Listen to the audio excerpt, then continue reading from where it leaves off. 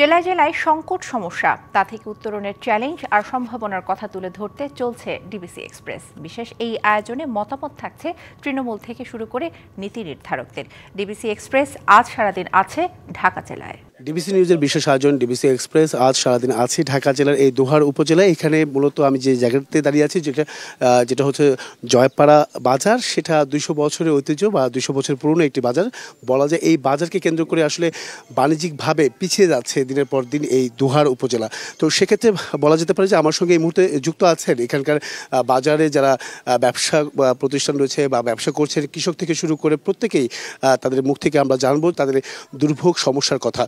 স্বাগত আপনাদেরকে ডিবিসি এক্সপ্রেসে।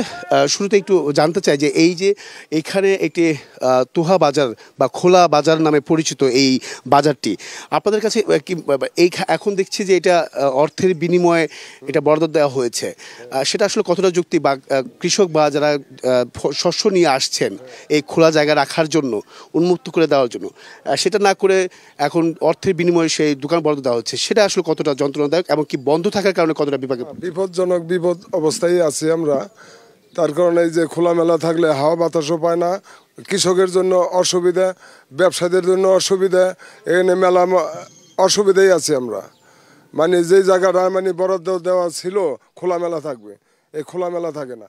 হলুদ মরিচ আসবাবপত্র মেলা কিছু এই ঘরে ঢুকে বৃষ্টি বাদল আসলে, তো এটা মানে আমরা এটা মাইনা নিতে পারতেছি। কয়েক বছর ধরে এই অবস্থায় আছি আমরা। এখন কি শস্যগুলো কি বাইরে রাখতে হচ্ছে? বাইরে রাখতে হচ্ছে, মানে ঘরে হইলে বাদে আমার জন্য ভালো, কৃষকের জন্য ভালো। কারণ এখানে মেলা বাজার উন্নয়নের কাজে বিঘ্ন করছে। এই যে রাস্তাটা কাঁচা, মানে গাড়ি নিয়ে চলাফেরা করতে অসুবিধা হইতেছে অনেক। এটা প্রশাসনের কাছে এই দাবি জানাচ্ছি। একটু আপনাদের আসলে কি ধরনের সমস্যা হয় কৃষকদের?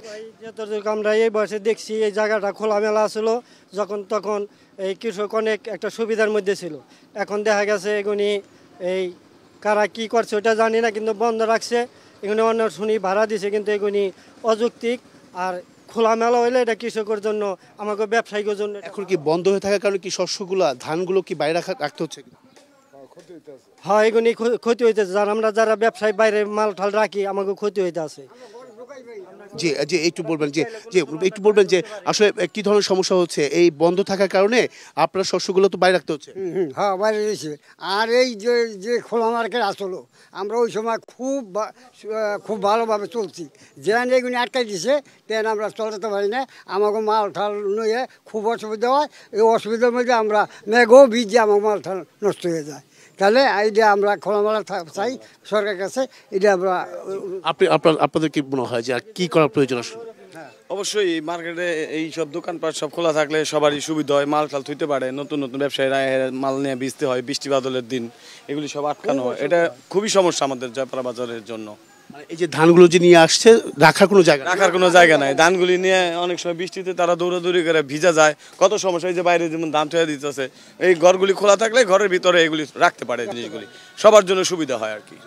জি, অসংখ্য ধন্যবাদ। আসলে বিষয়টা যেটা হচ্ছে যে এই যে কৃষকরা তারা বিভিন্ন জেলা থেকে, আশেপাশে যে বিভিন্ন জেলাগুলো রয়েছে সেখান থেকে এই যেহেতু এটি ঐতিহ্যবাহী হাট বা বাজার, সেখানে কিন্তু বিক্রির জন্য নিয়ে আসা হয়। সেই শস্যগুলো রাখার জন্য নির্ধারিত একটি স্থান দেওয়া ছিল, সেটি বন্ধ থাকার কারণে আসলে দুর্ভোগে বা বিপাকে পড়েছেন তারা। তো আসলে এখান থেকে আসলে পরিত্রাণ চান। পরবর্তী সংবাদ বিকেল 5টায় থাকছে ভিন্ন কোনো বিষয় নিয়ে বা যে সমস্যাগুলো রয়েছে সেই সমস্যা তুলে ধরার চেষ্টা করব। সঙ্গে থাকুন ডিবিসি এক্সপ্রেসের।